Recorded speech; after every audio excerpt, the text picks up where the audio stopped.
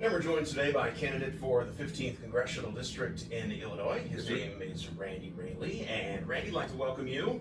Thank you, Terry. It's been a long time. Yes, we both were in radio at the same time. We're Sure. still in radio. Still in radio, and I know you from your days at WOC with Jim Fisher and, Yes. and those guys, and happy to see that you've landed something really nice here. This is beautiful. Well, you and I were just talking about this district, and Right. First thing when you came through the door, Randy, I said, "Why are you getting into politics?" I just didn't guess you were going to get into politics. Well, here's the deal. I moved from Missouri to Illinois, and I moved to Highland, and I had a problem, and I needed to be dealt with, and so I sent a letter to my local representative, and then I sent an email, and then I called, and I got no response on any of them, and so I did a little research and found out that that's the way she works. And I did some more research on Mary and found out that she doesn't live in the district, she doesn't have a business in the district, she doesn't pay taxes in the district, and basically she's kind of sucked money out of this congressional district, but she's not bringing any money in, which I think is her job. If there's money available, like we were talking earlier, there's a town in my district in this district that needs a water tower. All Mary Miller had to do was write a letter to somebody, and the funds would have been released, and they would have had the water tower. For some reason, she decided not to do that, and the explanation we got was the fact that she doesn't believe federal funds should be used for local projects. Now, my question is that not her job to find those funds that enrich the district and make the district better? Isn't infrastructure a part of this? And so my deal is that, and I've done some background on Mary Miller, and I have to say, when you start a sentence with, Hitler had the right idea, whatever comes after that is kind of noise. Now, the correct quote is, she said, Hitler had the right idea, he got them when they were young. But, I'm sorry, I don't think that that's really a good connotation. You know what I mean? Have you met with her personally? I have not. No, I believe she has cattle ranches on the eastern part of the district over by Paris or someplace over that way.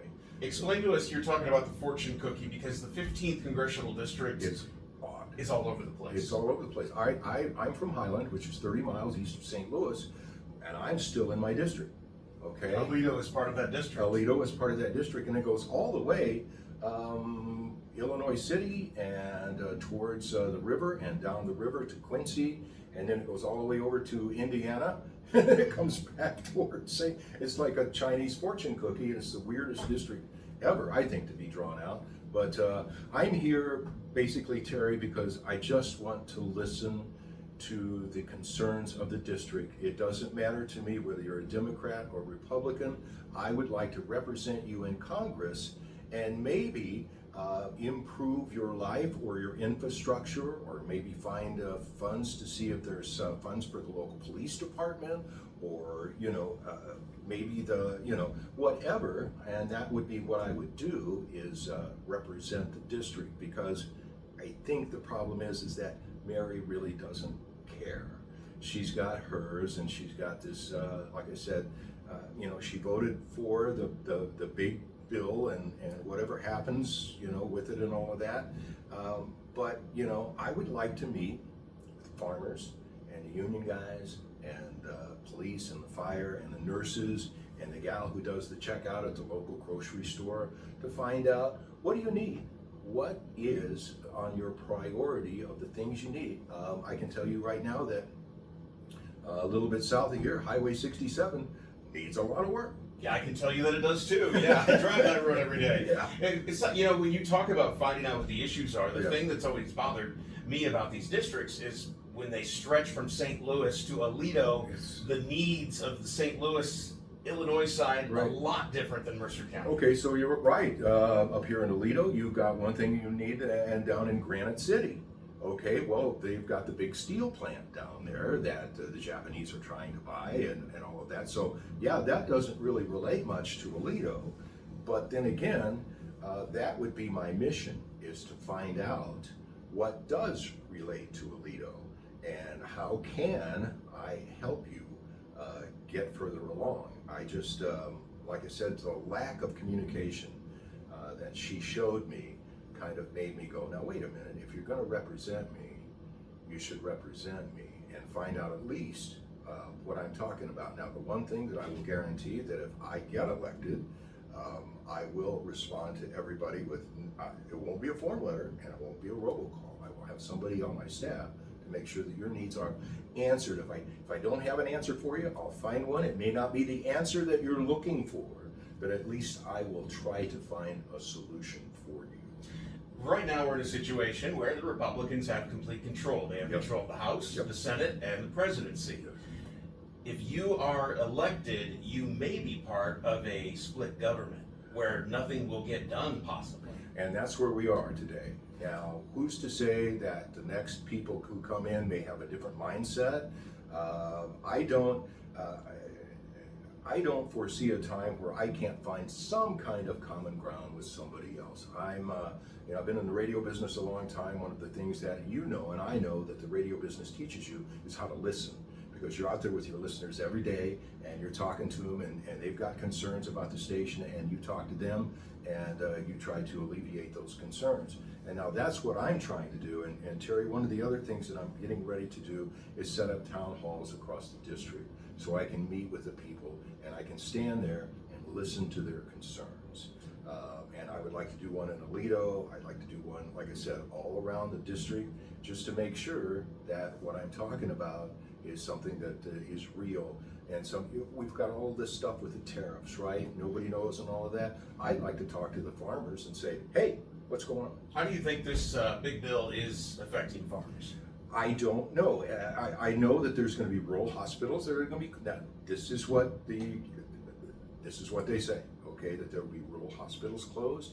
How does that affect Aledo? Is there somebody around here? And if those rural hospitals close, think about not only about the lack of medical care, but the people who work in those hospitals. You know what I mean? They bring in money and they contribute to the city too with all of that. I think that, as we go along, we've got to stop yelling at each other.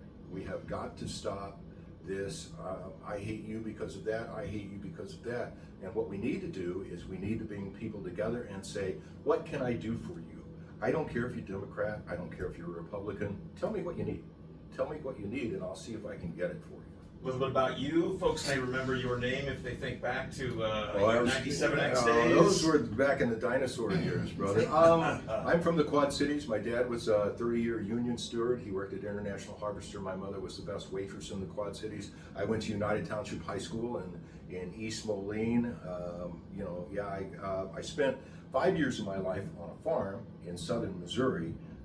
And it was a working farm with 159 acres. We had cows and pigs and chickens and all that stuff, and we canned and we slaughtered our own meat and all of that kind of stuff. And the greatest day that ever happened down there on the farm was when the electric milking machines arrived. Oh, I bet. Buddy, we were living high on the hog then, brother. But I got out of high school and I did what everybody else in the Quad Cities did. I went to work in the shop. I went to work at J.I. Case. I worked there. I took combine wheels down and ground them to specifications, 10 hours a day, 6 days a week. I decided I didn't want to do that for the rest of my life, so I got into radio. My very first job was at KFMH in Muscatine, and then I went to WQUA in Moline, and then 97X, and then I went to Kansas City, and I ended up in St. Louis. And now you're in politics, sir. Randy Raley running for the 15th Congressional District. I am, sir, and I'm in this to win this, and I mean this. I would love to get together and maybe do a town hall in Aledo and just get everybody together and just say, hey, how can we make our life better?